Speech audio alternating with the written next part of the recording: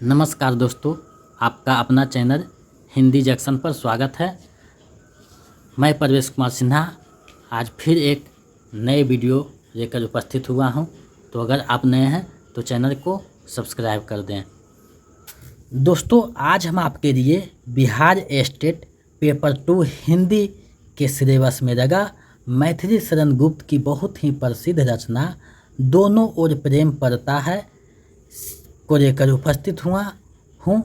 इस वीडियो में हम कविता का पाठ एवं भावार्थ तथा लेखक से संबंधित महत्वपूर्ण बिंदुओं को देखेंगे और जानेंगे कि ये कविता कहना क्या चाहता है, लेखक कहना क्या चाहते हैं। क्योंकि मैथिली शरण गुप्त को हिंदी साहित्य में महत्वपूर्ण स्थान है। मैथिली शरण गुप्त जो है राष्ट्रभक्ति के कवि हैं, तो इस दृष्टि से इनकी कविता को पढ़ना बेहद ही आवश्यक और ज़रूरी होता है और इनके बारे में जानना भी आवश्यक होता है। तो चलिए आज के बिंदुओं की तरफ बढ़ते हैं। आप देख पा रहे होंगे मैथिली शरण गुप्त जो है से संबंधित महत्वपूर्ण बिंदु यहाँ दिया गया जा रहा है। तो सबसे पहले हम जानेंगे कि मैथिली शरण गुप्त का जन्म कहाँ हुआ। तो यहाँ देखिए, पहला पॉइंट है मैथिली शरण गुप्त का जन्म 3 अगस्त 1886 में पिता सेठ रामचरण कनके और माता काशीबाई की तीसरी संतान के रूप में उत्तर प्रदेश में झांसी के पास चिरगांव में हुआ था। यानी मैथिली शरण गुप्त के पिता का नाम रामचरण कनके और माता का नाम काशीबाई था, जिसके तीसरी संतान के रूप में झांसी के उत्तर प्रदेश के झांसी जिले के पास चिरगांव में हुआ था 3 अगस्त 1886 को। 12 वर्ष की अवस्था में ब्रज भाषा में कनकलता नाम से कविता रचना आरंभ किया। प्रथम काव्य रंग में भंग तथा उसके बाद जयद्रथ वध प्रकाशित हुई। उन्होंने बंगाली के काव्य ग्रंथ मेघनाथ वध ब्रजांगना का अनुवाद किया। सन 1912-13 में राष्ट्रीय भावनाओं से ओतप्रोत कविता भारत भारती का प्रकाशन किया। संस्कृत के प्रसिद्ध ग्रंथ स्वप्न वासवदत्ता का अनुवाद प्रकाशित कराया। गांधी जी ने उन्हें राष्ट्र कवि की संज्ञा प्रदान की। ये महत्वपूर्ण बिंदु है। अगर पूछ देगा कि राष्ट्र कवि की संज्ञा मैथिली शरण गुप्त को किसने दिया, तो गांधी जी ने दिया। 16 अप्रैल 1941 को व्यक्तिगत सत्याग्रह में भाग लेने के कारण गिरफ्तार कर लिए गए। पहले उन्हें झांसी और फिर आगरा जेल ले जाया गया। आरोप सिद्ध ना होने के कारण उन्हें 7 महीनों के बाद छोड़ दिया गया। ये राष्ट्रीय आंदोलन में भी सक्रिय थे। सन 1948 में आगरा विश्वविद्यालय से उन्हें डी.लिट की उपाधि से सम्मानित किया गया। 1952 से 64 तक राज्यसभा के सदस्य मनोनीत हुए। 1953 में भारत सरकार ने उन्हें पद्म विभूषण से सम्मानित किया। 1954 में साहित्य एवं शिक्षा के क्षेत्र में पद्म भूषण से सम्मानित किया। यहाँ देख रहे हैं। 12 दिसंबर 1964 को गुप्त जी सदा के लिए सो गए। तो ये सारे महत्वपूर्ण बिंदु मैथिली शरण गुप्त से संबंधित था, जिसका हम लोगों ने अध्ययन किया। अब हम लोग देखते हैं कि इनकी जो है प्रमुख रचनाएं कौन कौन सी है।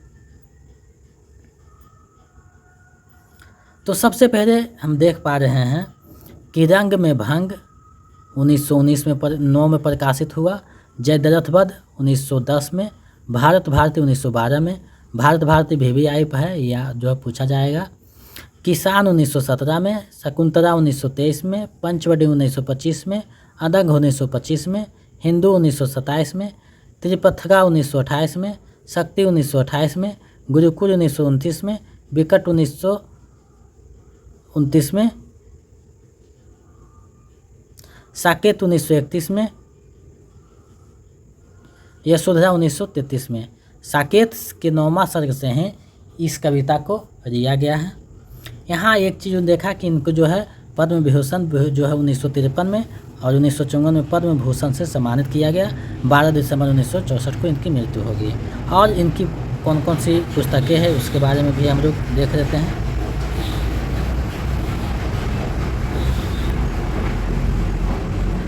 द्वापर 1936 में, सिद्धराज 1936 में, नहुस 1940 में, कुनार गीत 1942 में, काबा और करबला 1942 में, पृथ्वीपुत्र 1950 में, प्रदक्षिणा 1950 में, जय भारत 1952 में, विष्णुप्रिया 1957 में। विष्णुप्रिया जो है VVI प्रश्न है, दिया जाता है, BPSC टीचर में पूछा गया था। अर्जन और विसर्जन 1942 में, झंकार 1929 में। तो ये सारे इनकी जो है प्रसिद्ध रचनाएं थी जिसका हम लोगों ने अध्ययन किया, देखा। इसमें जो है विष्णुप्रिया, साकेत, यशोधरा,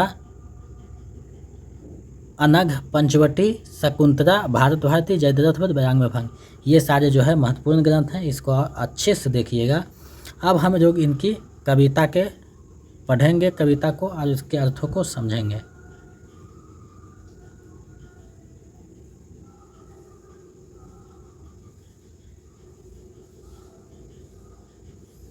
कविता का शीर्षक है दोनों ओर प्रेम पड़ता है। कवि लिखते हैं, दोनों ओर प्रेम पड़ता है, सखी पतंग भी जलता है, हाँ दीपक भी जलता है, दोनों ओर प्रेम पड़ता है। यहाँ जो है उर्वशी जो लक्ष्मण की पत्नी है, वो अपनी सहेली को जब दीपक जलाते हुए शाम को देखते हैं तो उसे देखकर अपनी विरह की तुलना पतंग यानी कीट से करते हैं, जो दीपक के पास अन्यथा ही जाकर जलता है उससे करते हैं, और दीपक की से जो है लक्ष्मण की तुलना करते हैं और खुद को पतंग के बराबर रखते हैं। इस कविता को जो है साकेत, जो मैथिली शरण गुप्त की रचना है, उसके 9वां सर्ग से दिया गया है। उसी में जो है मैथिली शरण गुप्त लिखते हैं, उर्वशी के माध्यम से जो है विरह वेदना का वर्णन कर रहे हैं कि सखी पतंग भी जलता है, हाँ दीपक भी जलता है, क्योंकि दोनों ओर प्रेम पड़ता है। यहाँ आप देख रहे हैं कि दीपक भी जलता है, यानी दीपक जलता है, और पतंग भी यानी कीट पतंगे भी वहाँ जाकर जल जाता है। क्यों? क्योंकि दीपक जो है जल रहा है तो उसके प्रेम में पड़कर पतंग वहाँ जाता है और वो जल जाता है। यानी दीपक जो है खुद विरह में जल रहा है और उसके विरह से जो है यहाँ पतंग जल जाता है। तो यहाँ जो है गजब का बिंब कवि बांधते हैं और जो है इसका वर्णन किए हैं। आगे देखते हैं। शीश हिलाकर दीपक कहता, बंधु वृथा ही तू क्यों दहता, पर पतंग पड़कर ही रहता है, कितनी विहरता है, दोनों ओर प्रेम पड़ता है। शीश हिलाकर दीपक कहता, यानी दीपक जो है शीश हिलाकर पतंग से कहता है कि बंधु तुम व्यथा ही क्यों दहकता है, पर पतंग तो पड़कर ही रहता है। लेकिन पतंग जो है सुनता कहाँ है, उसके प्रेम में जो है वो जलकर ही तो रहता है, उसके प्रेम में पड़कर जाता है और दीपक के सामने जल जाता है। ये कितनी विहरता है, ये कैसा विहरता है। इसलिए ये होता है कि दोनों ओर प्रेम पड़ता है, दीपक भी जल रहा है और दीपक के प्रेम में पतंग भी जलता है। आगे देखते हैं। बचकर हाय पतंग मरे क्या, प्रणय छोड़कर प्राण धरे क्या, जले नहीं तो मरा करे क्या, क्या यह असफलता है, दोनों ओर प्रेम पड़ता है।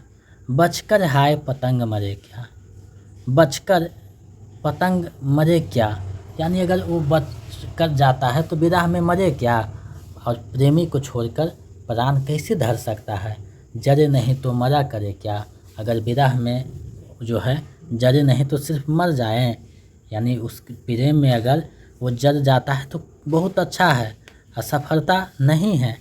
लेकिन अगर वह ऐसे ही मर जाता है तो यह असफलता है। ऐसा इसलिए होता है कि दोनों ओर प्रेम पड़ता है।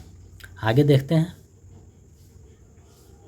कहता है पतंग मन मारे, तू महान मैं रघु पर प्यारे, क्या ना मरण भी हाथ हमारे, शरण किसे छलता है, दोनों ओर प्रेम पड़ता है।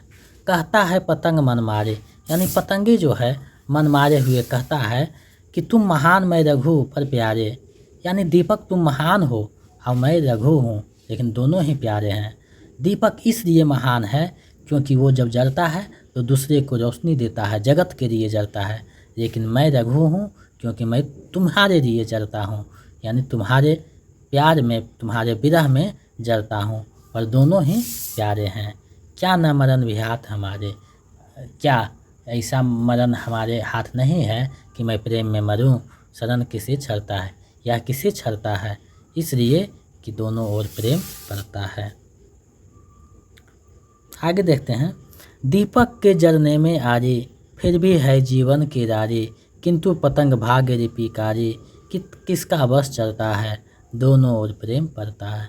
दीपक के जलने में आरी, दीपक जब जलता है तो दुनिया उसमें खुशी से मनाते हैं, क्योंकि वो दुनिया के लिए, दूसरे के लिए जल रहा है। फिर भी है जीवन की रारी, क्योंकि उससे जो है जीवन की रारिमा है, पूरा जगत की रारिमा फलती है। लेकिन पतंग जब जलता है तो इसमें जो है व्यर्थ ही जलता है, यह व्यर्थ ही जलकर भस्म होता है। दुनिया में इसे कोई, लेकिन किसका बस चलता है, लेकिन इसका बस कहाँ चलता है, क्योंकि ये दोनों ओर प्रेम पड़ रहा है। आगे कभी देखते हैं।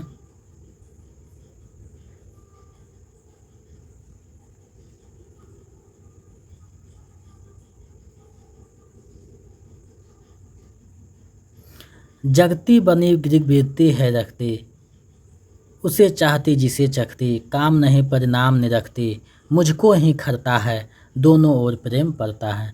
ये जगत जो है उसी को याद रखता है जिसे वो चखता है, यानी जिसे वो देखता है। ये जगत को काम नहीं परिणाम प्यारा है, क्योंकि मुझको ही खरता है, ये मुझे ही खर रहा है, क्योंकि परिणाम मेरा व्यर्थ होगा। मैं विरह में यहाँ जल रही हूँ, इसका कोई औचित्य नहीं है, कोई देखने वाला नहीं है। लेकिन लक्ष्मण वहाँ जब 14 बरस जो है विरह में है, पत्नी के विरह में, तो उसे दुनिया जान रहा है, वो महान है। लेकिन उसके प्रेम में मैं इधर विरह में हूँ, तो दुनिया जो है मुझे भी महान उसके माध्यम से कर देगा। लेकिन मैं झूठ ही ऐसा अफसोस कर रहा हूँ, क्योंकि दोनों ओर प्रेम पड़ रहा है, दोनों ओर एक जैसी आग लगी है। तो यहाँ देखिए कवि ने कितनी सुंदर बिंबों के द्वारा यहाँ लक्ष्मण और उर्मिला के विरह को दर्शाने का कोशिश किया है, और इसमें बहुत हद तक सफल भी हुआ है। क्योंकि लक्ष्मण और उर्मिला की विरह जो 14 बरस का था, उसे कोई नहीं देखा, सिर्फ मैथिली शरण गुप्त ने देखकर इसकी रचना किया है। अब हम कविता का जो सारांश है उसको देखेंगे।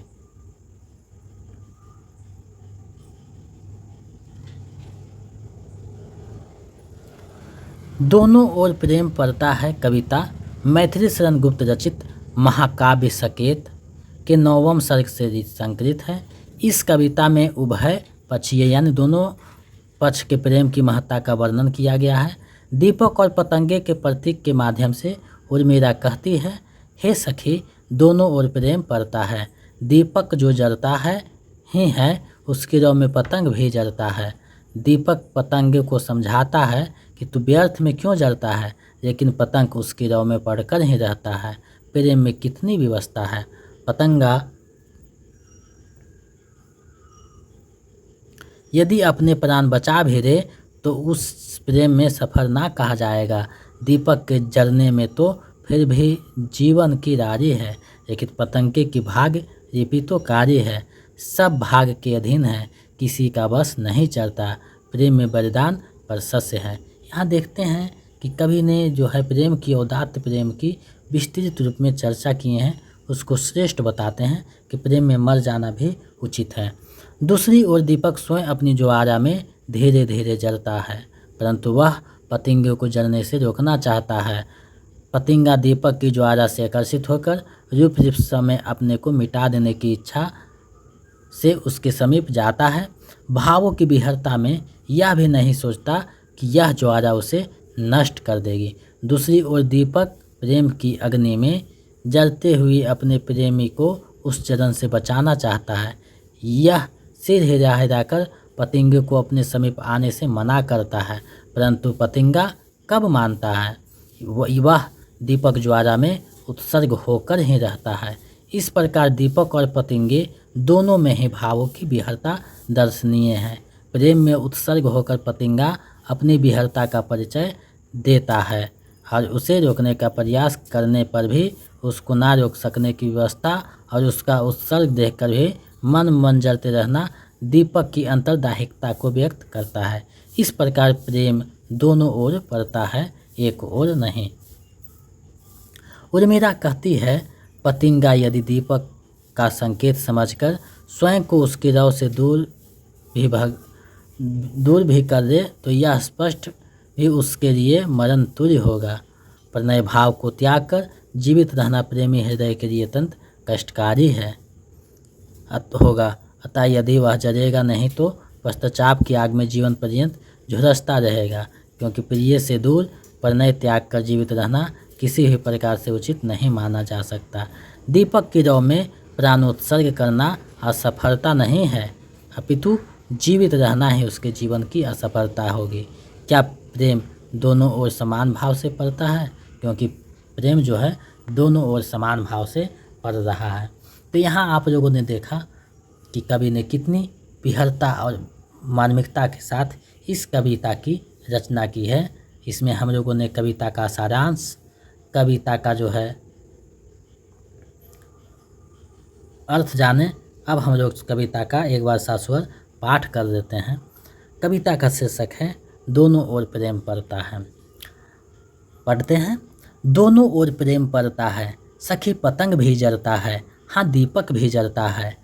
शीश हिला कर दीपक कहता, बंधु बिरथा ही तू क्यों दहता, पर पतंग पढ़कर ही रहता, कितनी विहरता है। दोनों ओर प्रेम पड़ता है। बचकर हाय पतंग मरे क्या, प्रणय छोड़कर प्राण धरे क्या, जरे नहीं तो मरा करे क्या, क्या यह असफलता है। दोनों ओर प्रेम पड़ता है। कहता है पतंग मन मारे, तुम महान मैं रघु पर प्यारे, क्या ना मरण भी हाथ हमारे, शरण किसे छलता है। दोनों ओर प्रेम पड़ता है। दीपक के जलने में आरी, फिर भी है जीवन की रारी, किंतु पतंग भाग रे पिकारी, किसका वश चलता है। दोनों ओर प्रेम पड़ता है।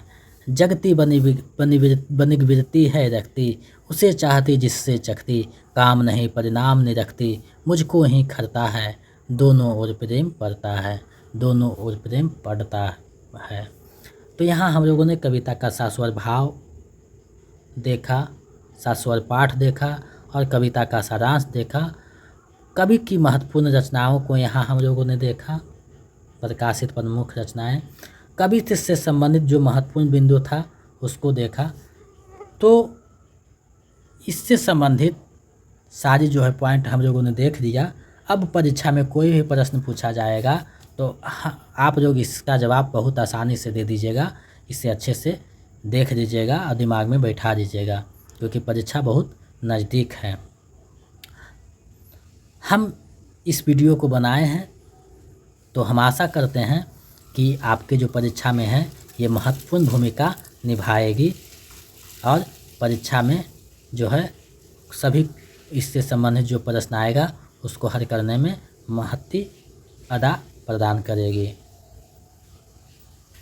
आज का प्रश्न आप लोगों के लिए है, तुमुर कोराहर किसकी रचना है। तुमुर कोराहर किसकी रचना है। ये जो है कविता आपकी स्टेट पेपर 2 हिंदी के सिलेबस में लगा हुआ है।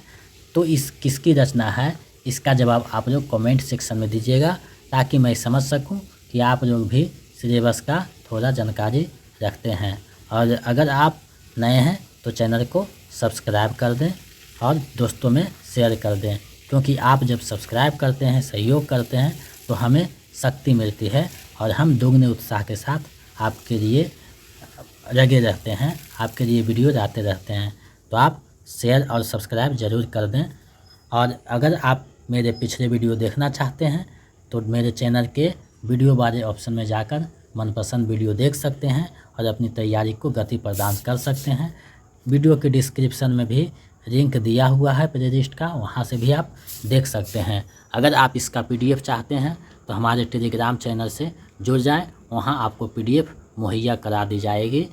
टेलीग्राम का लिंक नीचे डिस्क्रिप्शन में दिया जा रहा है, वहां से आप टेलीग्राम चैनल से जुड़ जाइए और PDF वहां उपलब्ध कर दी जाएगी। तो ऐसे ही सहयोग बनाए रखें। बहुत बहुत धन्यवाद।